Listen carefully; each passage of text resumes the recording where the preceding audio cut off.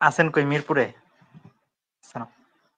হ্যাঁ, আমি মিরপুরে আছি এবং অলরেডি আমরা এখন লাইভে আছি।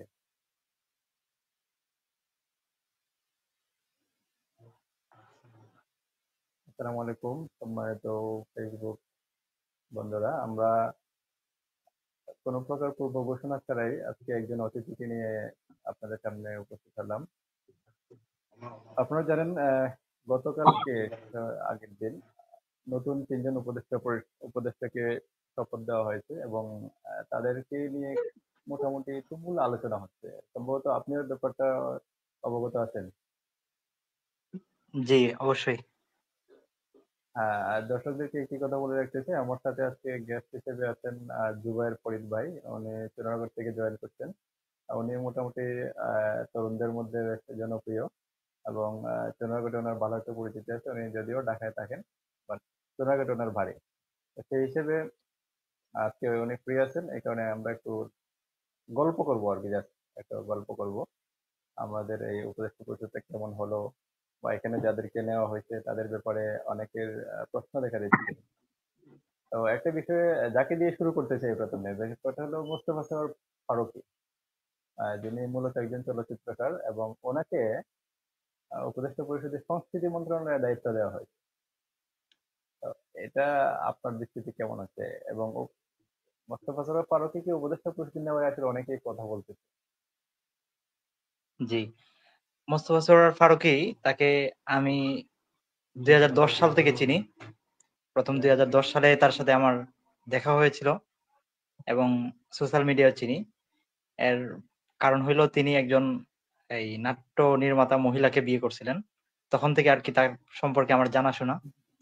তো ১ম হালকা একটু দাড়ি আর সুন্দর চেহারা, চশমা, ভাবতাম মনে হয় খুব ধার্মিক।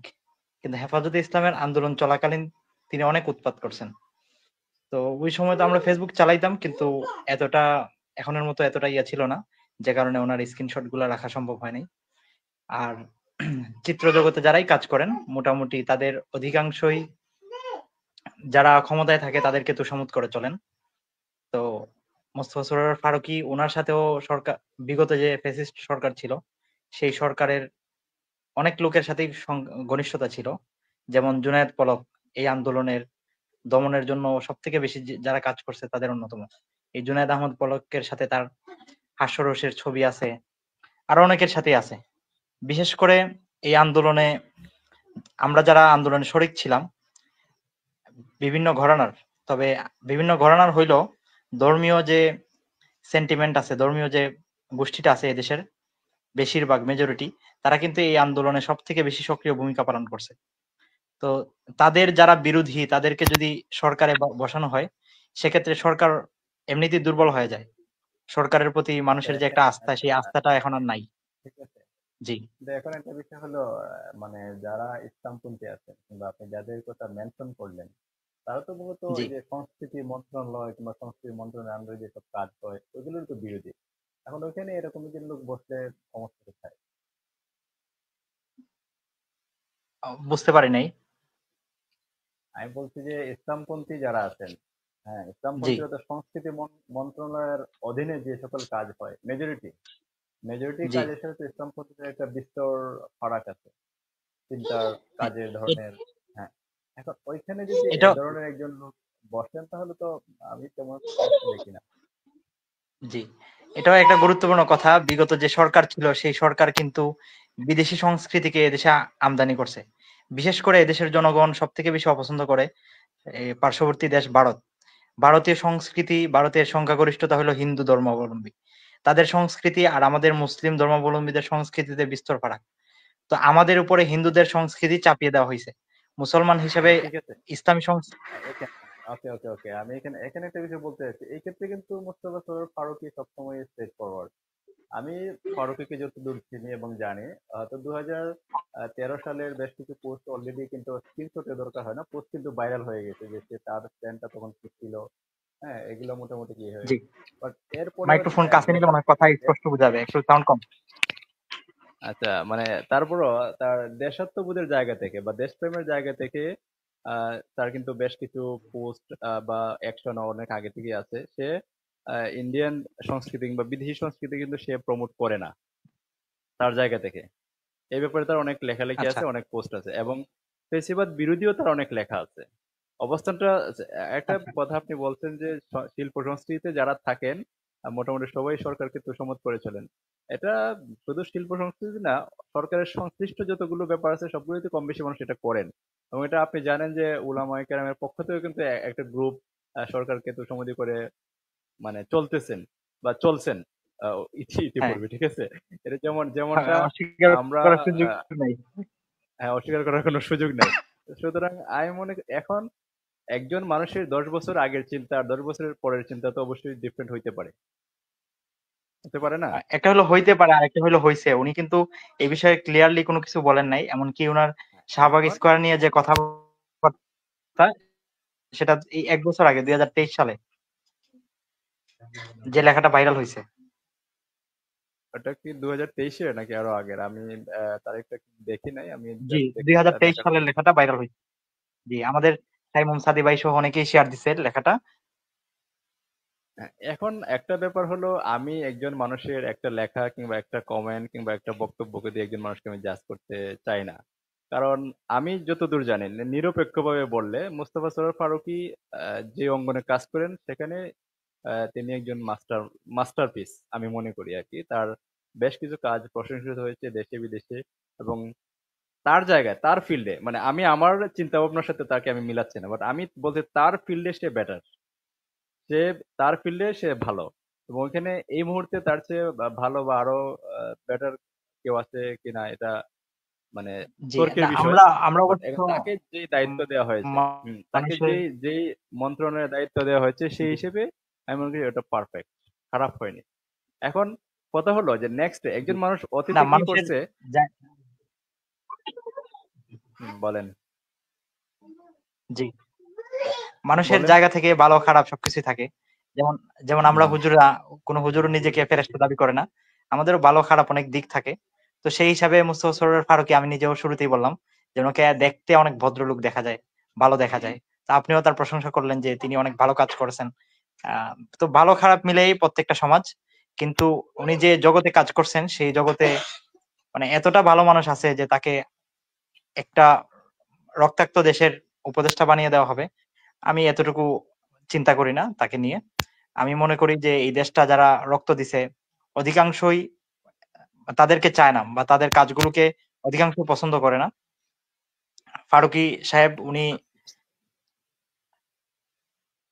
উনি হয়তো অনেক ভালো মানুষ ওনার জায়গা থেকে, কিন্তু যে কাজগুলো করতেছেন এই কাজগুলো দেশের মেজরিটি পার্সনের সাথে যায় না, মেজরিটি পার্সনের বিরোধী।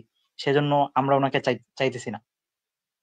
হ্যাঁ, আমি কিন্তু প্রথমেই বলছি যে মেজরিটি পার্সন সংস্কৃতি মন্ত্রণালয়ের অনেক কাজের সাথে দ্বিমত পোষণ করে। এখন আপনি কি হ্যাঁ, আপনার তো ওই দাবি অনুযায়ী জায়গাগুলোতে কি আমাদের সংস্কার মেজরিটি? প্রয়োজন। জি। হ্যাঁ, না, এখন এই যে যে সংস্কৃতি আমরা লালন করি, ইসলামী সংস্কৃতি কিংবা আমাদের দেশের সংস্কৃতি, ওইগুলোর মধ্যে তো কনফ্লিক্ট জি। অবশ্যই আছে। এখন ওই সংস্কৃতি মন্ত্রণের দায়িত্বে তো একজন মাওলানাকে আর দেওয়া যায় না।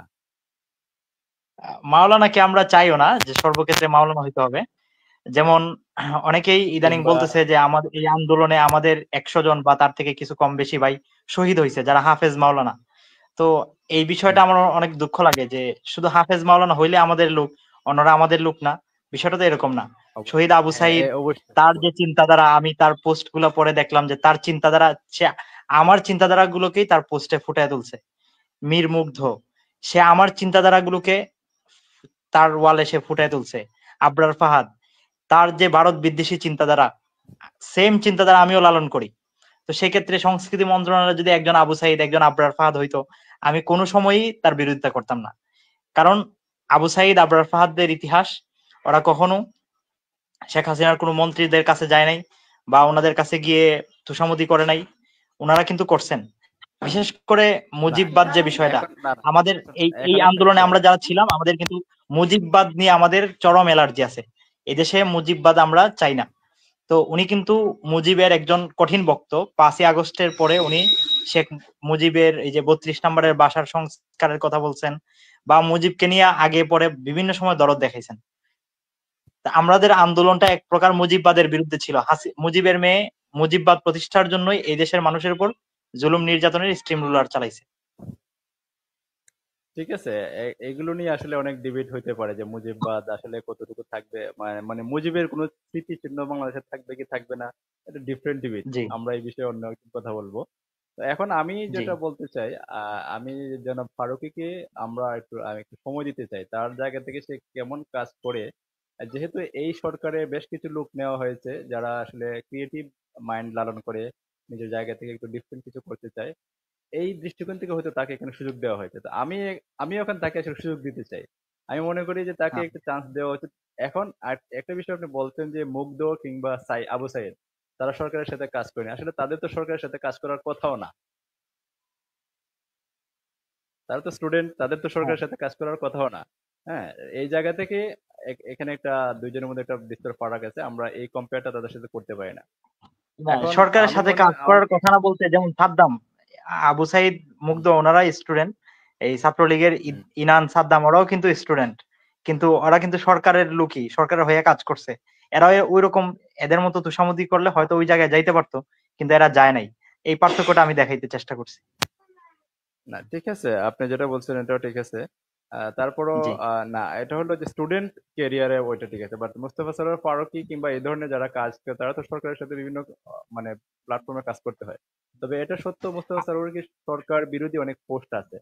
এখন আমি আর ওইটা খুব বেশি কথা বলতে যাচ্ছি না। আমার না, আমার ওই যে দৃষ্টিভঙ্গি হলো, ওনার হ্যাঁ, যা তাকে আছে, কিছু মানে সময়, ওইটা হ্যাঁ, নিয়ে আমরা প্রশংসা করি। আমি বলছি যে উনি সরকারের হ্যাঁ, হ্যাঁ, হাসিনার বিরুদ্ধে যা বলছে, এর জন্য আমরা প্রশংসা করি। উনি বাস প্রশংসা পাইছে, বাস এতটুকু যথেষ্ট। কিন্তু উনাকে মন্ত্রী বানায় দিতে হবে, মানে এত উচ্চ লেভেলের উনি কোনো কাজ করে নাই। আমরা যারা মাঠে ছিলাম, আমরা জানি কতটা রিস্কি আমরা ছিলাম। আর আপনি হয়তো জানেন, আমি যাত্রাবাড়িতে না, এই আন্দোলনে শেষের দিকে শরিক ছিলাম। 5 আগস্টের দিন হয়তো, মানে আমি হয়তো আজকে এখানে কথা বলতে পারতাম না। হয়তো আজকে আমার লাশে কবরের উপরে কয়েক হাত ঘাস উঠতো। এই পরিস্থিতি ফেস আলহামদুলিল্লাহ। করার পরেও মানে অনেকেই ওখান থেকে যান বাঁচায়া চলে যাওয়ার চেষ্টা করছে। কিন্তু আমরা বলছি যে আজকে যদি আমরা যান বাঁচায়া চলে যাই, আমাদের জান আর বাঁচবে না। হাসিনা আমাদেরকে ফাঁসিতে ঝুলাবে অথবা আয়নাঘরে ঢুকাবে। তো এই জন্য হয়তো আজকে ওকে। মরি বা বাঁচি, সামনের দিকে চলো। স্নাইপার দিয়ে গুলি করছে। স্নাইপারের কি ভয়ঙ্কর ভয়াবহতা হয়তো দেখছেন। কত মোটা এক একটা বুলেট। মানে আমাদের আশপাশেই কয়েকজন পড়ে গেছে। অসংখ্য মেয়েরা ছিল। মেয়েদের মেয়েদের উপরও তো একটু রহম করা যায়। মানে কোনো ইয়া ছিল না। 11 জন মেয়ে মারা গেছে এই আন্দোলনে। আর আরেকটা গুরুত্বপূর্ণ বিষয় হলো এই যে ইন্টারিম সরকার, এই ইন্টারিম সরকারকে তো বসাইছি আমরা যারা আন্দোলন করছি, ছাত্ররা। তো আমাদের আন্দোলনের সরকার এখন কে উপদেষ্টা হবে কে হবে না, উনারা নতুন নতুন যে বানাইতেছে, ছাত্ররা তো জানবে। অন্তত ছাত্র আন্দোলনে যারা নেতৃত্ব দিয়েছে, নেতৃত্ব দেওয়া নেতারাই জানে না যে কাদেরকে বসানো হচ্ছে কাদেরকে বসানো হচ্ছে না।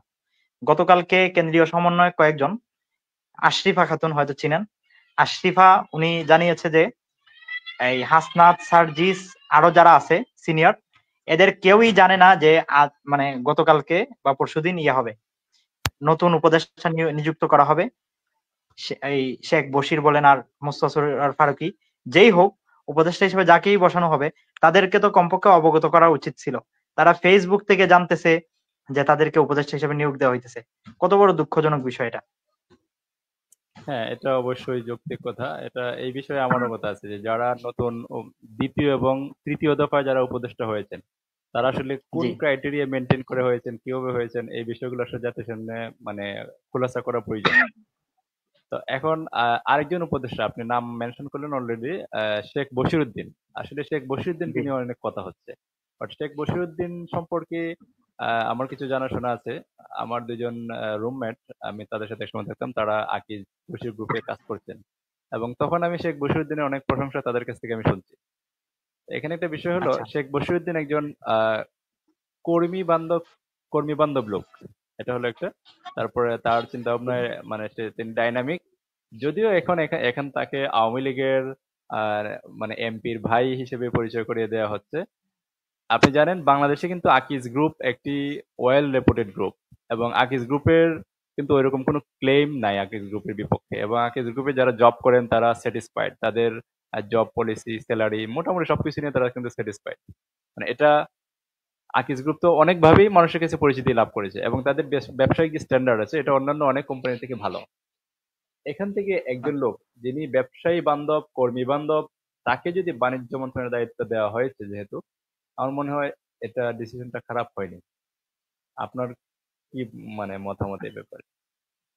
আসলে রক্তের সরকার তো, তো রক্তের সাথে যত ভালো মানুষই হোক, যদি কোনো আল্লামা শাহ আহমদ শফী রাহিমাহুল্লাহ যদি জীবিত থাকতেন, উনিও যদি এদেরকে সাপোর্ট দিতেন, তাহলে আমরা ওনাকেও মানতাম না। এটা আমাদের উস্তাদ আল্লামা শাহ আহমদ শফী ওনার শিখানো নীতি, আল্লামা বাবুনগরে ওনাদেরও শিখানো নীতি। তো সেই হিসাবে যদি আমি নিজেও ভুল করে থাকি, আমিও যদি কোনো সময় হাসিনার কোনো পক্ষপাতিত্ব কিছু করে থাকি, আমার আমার যে নীতি সেই নীতি অনুযায়ী আমিও শাস্তিযোগ্য। আর শাস্তিযোগ্য ব্যক্তি কোনো সময় কোনোভাবেই কি হইতে পারে না, সরকারে কোনোভাবে যাইতে পারে না। উনার ভাই এমপি ছিল এবং উনি নিজেও সরকার থেকে বিভিন্ন ধরনের সুবিধাভোগী ছিল, যেগুলা ইতিমধ্যে অনলাইনে ব্যাপক প্রচার প্রসার হয়ে গেছে। তো শুধু মোস্তফা সরোয়ার ফারুকী না, আমি শুধু ধর্মের ইস্যুটা নিয়ে কথা বলছি না, দেশের বিষয়েও ওনাদের নতুন ভাবে যাদেরকে নিয়োগ দেওয়া হয়েছে, আমি দেশের কল্যাণে, দেশের স্বার্থে, দেশের মানুষের স্বার্থে তাদেরকে বাদ দেওয়া উচিত। এবং ভবিষ্যতে যাদেরকে যা বানানো হয় না কেন, ছাত্রদের সাথে পরামর্শ করে বানানো উচিত, সেটা আমি মনে হ্যাঁ, করি। অবশ্যই সেটা ঠিক আছে, আপনার দাবি অবশ্যই যৌক্তিক। এখন তাদেরকে কি, আপনার কি মতামত, তাদেরকে এখনই পদত্যাগ করানো উচিত নাকি একটু সময় দেওয়া উচিত? আমরা তাদেরকে বিন্দুমাত্র সামান্যতম সময় দিতে রাজি না। যে যাদের অপরাধের সাথে যারা যুক্ত, তারা কিভাবে বিভিন্ন দায়িত্ব থাকবে, তাও রাষ্ট্রের। আচ্ছা, ঠিক আছে, এটা অবশ্যই আপনাদের জায়গা থেকে বা মানে ছাত্রদের জায়গা থেকে এই দাবিটা আসতেই পারে যে যারা তাদের সহযোগী ছিল, কিন্তু এখন সহযোগী ছিল অলরেডি, কিন্তু আরো অনেকেই দায়িত্বে আছেন। যেমন আলী ইমাম মজুমদারের কথা বলা হয়েছে, আলী ইমাম মজুমদারও কিন্তু ওই যে মুজিববাদের কট্টর সমর্থক, এবং প্রথম আলোর সাথে ওনার যথেষ্ট ঘনিষ্ঠতা আছে, এবং এটা কিন্তু ডক্টর আসিফ নজরুলের কাছেও আছে। তো হুম, এখন আসিফ নজরুল কিন্তু আওয়ামী লীগকে কিছুটা শুরুতে ডিফেন্ড করার চেষ্টা করছেন, এবং আপনি জানেন যে brigadier general Sakhawat Hossain defend করার একটা বক্তব্য দিয়ে কিন্তু ওনার মন্ত্রণালয় পাল্টে গেছে। এখন সরকার তো জি, রদ বদলের মধ্যে আছে। সরকার যারা আছেন সেখানে, তারা মানে শীর্ষস্থানীয় যারা আছেন, তারা হয়তো তাদেরকে একটু জাজ করতেছেন। জি। এখন আমার আপনার মনে হয় একটা, একটু একটু জি, ধৈর্য ধরা দরকার, জি, যে আপনাদের, তারা আসলে আপনি তো কি একটা করেন, কেমন পলিটিক্যাল করেন। পার্টির সাথে জড়িত। আপনাদের এই পার্টির কেন্দ্রীয় যুব সংগঠনের আপনার একজন মিতা আছে, শেখ সাব্বির ভাই, হয়তো চিনেন। হুম, হুম। শেখ সাব্বির ভাই, হ্যাঁ। উনি অনেক আগেই একটা যুব কনফারেন্সে বা একটা যুব গোলটেবিল বৈঠকে বলছিল যে সরকারটা হলো এনজিও সরকার। এনজিওদের কিন্তু সামর্থ্য অনেক ক্ষুদ্র, এরা চাইলেই অনেক কিছু করতে পারে না। তো বর্তমান সরকারের পরিস্থিতিরও এরকম। তা আমি এই উপদেষ্টা নিয়োগের ঘটনায় যেটা বুঝতেছি, যে সরকারকে দ্রুত নির্বাচন দিয়ে সরে যাওয়া উচিত। যার যার এনজিওতে নিজেদের কাজে কাজে লেগে যাওয়া উচিত। নয়তো এরা যদি এভাবে চলতে থাকে, তাহলে সংখ্যাগরিষ্ঠতা হারাইতে থাকবে, এবং তাদের বিরুদ্ধে যে আন্দোলন শুরু হয়, দেশে আবারও রক্তারক্তির ঘটনা ঘটবে। এজন্য তাদের উচিত সসম্মানে বিদায় নিয়ে নেওয়া খুব দ্রুত। না, আমি এই জায়গায় আপনার আর সাথে একটু আর দ্বিমত করতে চাই। জি, তারা জি, আর তারা তো অপরাধী যারাই সরকার আছে আলী, সরকার জি, হ্যাঁ, সরকার ক্ষমতায় আরোহণ করার পরে তো বেশ কিছু গুণগত পরিবর্তন তো অবশ্যই হচ্ছে, এটা তো আপনি অস্বীকার করতে পারেন না। সংস্কারের অনেক কিছুই আমরা তাদের কাছে দাবি করি, বিভিন্ন সময় পেশ করি, কিন্তু এরা সবকিছুই বলে যে অনির্বাচিত সরকার এগুলো সংস্কার করতে পারে না। এইসব দোহাই দিয়ে ওরা অনেক সংস্কারের অনেক ক্ষেত্রটাই পরবর্তী নির্বাচিত সংস্কারের জন্য রেখে যাচ্ছে। না, সংস্কারের জন্য যে 6টা কমিশন হয়েছে তাদেরকে তো 3 মাস তারা সময় দিয়েছেন। 3 মাস পরে যখন কমিশনের রিপোর্ট তারা পেশ করবে, তারপর হয়তো একটা রেজাল্ট আমরা পাবো। এর বাহিরেও কিন্তু অফিসিয়ালি বেশ কিছু কাজ অলরেডি মানে মানুষের চোখে দৃষ্টি মানে কি হচ্ছে দৃশ্যমান। যেমন ধরেন পাসপোর্ট অফিসে কিছু আগে যেরকম একটু হয়রানি হতো, এটা অনেকটাই কমে আসছে। তারপরে বিআরটি অফিসে যেই সকল জায়গা মানে দুর্নীতির একেবারে আখড়া ছিল, ওইগুলোতে বেশ কিছু পরিবর্তন আমরা কিন্তু লক্ষ্য করছি, এবং কিছু নীতিগত সিদ্ধান্ত নিচ্ছে যে ছাত্ররা ট্রাফিকে ছাত্রদেরকে পার্ট টাইম জব করার একটা সুযোগ করে দেওয়া হচ্ছে। তারপর আরেকটা ডিসিশন দেখলাম আজকে, আমি ঠিক মনে করতে পারছি না। এই জাতীয় কিছু গুণগত পরিবর্তন তো হচ্ছে। এখন আপনাকে তো একটু সময় তো দেওয়া দরকার। এগুলো স্বাভাবিক পরিবর্তন, এই পরিবর্তনটা হওয়ারই কথা। না, এখন না, এখনো আমি যারা মনে করি না, প্রশাসনের, অবশ্যই না। জি, অবশ্যই না, এটা প্রশাসনের স্বাভাবিক বিভিন্ন পরিবর্তন বলে বাহিনী, আমি মনে করি না। হ্যাঁ, 5 তারিখের আগে থেকেই প্রশাসনের বিভিন্ন বাহিনীতে যারা কাজ করতো এরা অনেকেই ভীত হয়ে গেছে, বা অনেকে তো এখনো চাকরিতে, যারা অপরাধের সাথে সরাসরি যুক্ত ছিল এরা তো চাকরিতে এখন পর্যন্ত ফিরে নাই। আর পাসপোর্ট অফিসের যারা দালাল এরাও ভয় পেয়ে গেছে, কারণ এরা দালালি করতে হইলো বিগত যে সরকার ছিল সরকারের তারা মদতপুষ্ট ছিল, যে কারণে তারা দালালি করতো। এখন সরকার নেই, মদতপুষ্ট তাদের হওয়ার কোনো সুযোগও নাই, এই জন্য দালালরা দালালি ছেড়ে দিছে। পাসপোর্ট অফিসে এখন সুযোগ সুবিধা বাড়ছে, এই আর কি, এর বাইরে কোনো কিছু না। না না, আমি ব্যাপারটাকে এভাবে দেখতে রাজি না। আমি মনে করি এখানে অবশ্যই গুণগত কিছু পরিবর্তন আছে এবং জি। এটার ক্রেডিট তারপর দিতে হবে। তারপর নতুন ভাবে নিযুক্ত যে প্রশাসনিক কর্মকর্তারা আছে, মানে যে সমস্ত আগে কোণঠাসা ছিল এখন তাদেরকে নিয়োগ করা হয়েছে। তো এরা দেখা যায় অপরাধীদের ক্ষেত্রে একটু কঠোর, এই কঠোরতার কারণেও অনেক জায়গায় অনেক কিছু করতে পারতেছে না। হ্যাঁ, এইটাই তো মানে এই যে মানে কাজটা হচ্ছে, নর্মালি তো এটাই জি। হওয়ার কথা না, এবং নির্বাচিত সরকারের অধীনে এটা হবে না। এবং এটা বাংলাদেশের ইতিহাসে এই যে এটার কিন্তু নজির নাই। আমরা নির্বাচিত সরকার, এই সরকার যদি সংস্কার করতে না পারে তাহলে আমরা আবারও আসলে পূর্বের অবস্থায় ফিরে যাব, এটাই বাস্তবতা। আমি চাই তবে যে মানে বিকল্প একটা শক্তি গড়ে উঠুক, যে শক্তিটা দেশের মেজরিটি মানুষের মাইন্ড বুঝবে এবং তাদের হয়ে কাজ করবে। বিগত 53 বছরে যে সরকারগুলো আসছে সবাই কেউ কিন্তু দেশের মেজরিটি সংখ্যাগরিষ্ঠদের নিয়ে আসে নাই, যে কারণে তারা তাদের নিজেদেরকে নিয়ে চিন্তা করছে, জনগণকে নিয়ে চিন্তা করে নাই। এখন আমরা চাই জনগণের একটা সরকার হোক। এখন জনগণের সরকার কিভাবে আসতে পারে, সেই জন্য এই দায়িত্ব হইল বর্তমান ইন্টারিম সরকারের। ওনারা যদি এই দায়িত্বে ব্যর্থ হয়, তো জাতি ওনাদেরকে ঘৃণা ভরে স্মরণ করবে ভবিষ্যতে। ধন্যবাদ, আপনার সাথে কথা বলে ভালো লাগলো। আমরা সময় জি। সুযোগ করে নেক্সট পরবর্তীতে আরো অপ্রস্তুত তো একবার হয়তো কি থেকে কি বলছি। হ্যাঁ, আহ, না না ঠিক আছে, আমি এই আর কি। ভালো জি। খারাপ বলেন নাই। ঠিক আছে জি, তাহলে আসসালামু আলাইকুম পরবর্তীতে আবারও রহমতুল্লাহ। দেখা হবে, কথা হবে। আসসালামু আলাইকুম। জি, ওয়ালাইকুম আসসালাম।